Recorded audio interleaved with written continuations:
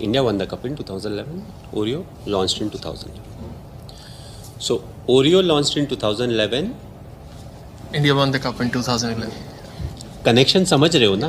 Hi guys, कैसे हो आप सब। माही भाई का ओरियो कनेक्शन कल तक मुझे समझ नहीं आया था, लेकिन आज सुबह जैसे ही मैं सो के उठा सब समझ में आ गया। Oreo launch in 2011, India won the World Cup in 2011. Even in 2011, South Africa did not qualify for semi-final, but Pakistan did. Connection समझ रहे हो? जी हाँ, ग्रुप 1 से इंडिया और साउथ अफ्रीका का सेमीफाइनल में जाना तय था, लेकिन मौका सबके पास था और धोनी भैया वर्ल्ड कप शुरू होने से पहले ही आपको कनेक्शन समझा चुके थे, लेकिन आपको तो कनेक्शन समझ में ही नहीं आया था। ऐसे में चमत्कार तो होना ही था और इसी कनेक्शन के चक्कर में नीदरलैंड ने साउथ अफ्रीका को ठोक दिया। और सुबह सुबह जब मैं सो के उठा तो आंखों को 4 बार मसला और देखा कहीं मैं सपना तो नहीं देख रहा। सुबह के 5 बजे मैच था। साउथ अफ्रीका ने टॉस जीता और नीदरलैंड को बैटिंग थमा दी।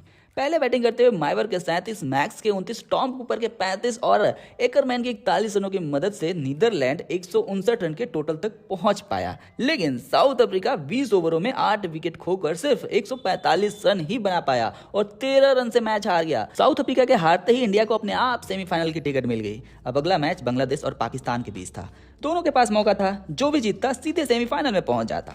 बांग्लादेश ने टॉस जीता, पहले बल्लेबाजी करने का फैसला किया और संडो की घंटों बैटिंग के बाद भी बांग्लादेश पाकिस्तान को सिर्फ 129 का लक्ष्य दे पाया, क्योंकि दूसरी तरफ से शाहीन शाह अफरीदी की शानदार गेंदबाजी चल रही थी और पाकिस्तानी बल्लेबाजों की सूझबूझ भरी बल्लेबाजी के चलते पाकिस्तान ने 5 विकेट से मैच जीतकर सेमीफाइनल में जगह बना ली। यानी कि अब पाकिस्तान के दोनों हाथों में लड्डू थे। एक तो ये सेमीफाइनल में पहुंच चुके थे, दूसरा ये कि पाकिस्तान का तुड़ुक का इक्का शाहीन शाह अफरीदी 4 विकेट लेकर फॉर्म में वापसी कर चुका था। तीसरा मैच अब इंडिया और जिम्बाब्वे के बीच था, लेकिन अब पाकिस्तान को क्वालिफाई करने के लिए इंडिया की हार की जरूरत नहीं थी, क्योंकि ये मैच शुरू होने से पहले ही हमें 4 सेमीफाइनलिस्ट मिल चुके थे। अब मुझे उस दीदी की सोचकर हंसी आ रही है जिन्होंने ये दावा किया था कि अगर जिम्बाब्वे इंडिया को हराएगी तो वो जिम्बाब्वे के किसी प्लेयर से शादी कर लेंगी। अब पाकिस्तान तो ऑलरेडी सेमीफाइनल में क्वालिफाई कर चुकी थी। ऐसे में अगर इंडिया जिम्बाब्वे से हार जाती तो दीदी के साथ केएलपीडी हो जाता। खैर, इंडिया के लिए ये मैच बहुत ज़्यादा इंपॉर्टेंट था, क्योंकि इंडिया को ये मैच जीतकर टेबल टॉप करना था और सेमीफाइनल में न्यूजीलैंड को अवॉइड करना था। रोहित ने टॉस जीता और अपना काम खत्म किया, क्योंकि भैया रन तो इन्हें बनाना नहीं होता है। इस वर्ल्ड कप में 250 राहुल के बल्ले से आएगी ही आएगी, ये तो मुझे पता थी। एक पिछले मैच में आ चुकी थी और एक तो जिम्बाब्वे के खिलाफ आनी ही थी। कनेक्शन समझ रहे हो? नहीं ब्रो, आप गलत समझ रहे हो। मैं ये नहीं कह रहा कि जिम्बाब्वे वीक टीम है और राहुल सिर्फ वीक टीम के खिलाफ स्कोर करता है। रोहित के जल्दी आउट होने के बाद राहुल और कोहली ने पारी को संभाला और स्कोर को 87 तक लेकर गए। फिर कोहली 26 रन बनाकर आउट हो गए। कोहली के आउट होते ही राहुल भी 51 रन बनाकर चलते बने। फिर थोड़ी देर बाद पंत का भी अंत हो गया और देखते ही देखते इंडिया 104 पे 4 विकेट खो चुकी थी। लेकिन एक बार फिर से सूर्य कुमार सरसंहार करने के लिए तैयार थे और स्काई के हाई सिक्सेस की मदद से इंडिया 187 के टोटल तक पहुंचने में सफल रहा। अपने शानदार फॉर्म को जारी रखते हुए सूर्य कुमार यादव ने सिर्फ 25 गेंदों पर ही 61 रन ठोक डाले। साथ ही साथ T20I में अपना 1000 रन भी पूरा किया।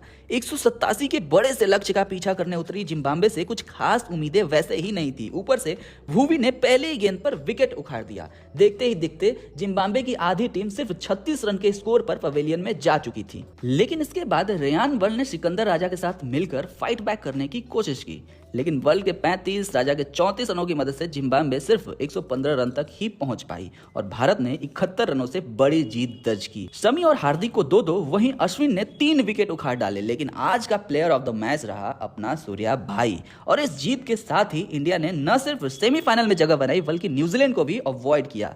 यानी कि Oreo launch in 2011, India won the World Cup in 2011. South Africa did not qualify for semi-final in 2011, but Pakistan qualified for semi-finals in 2011.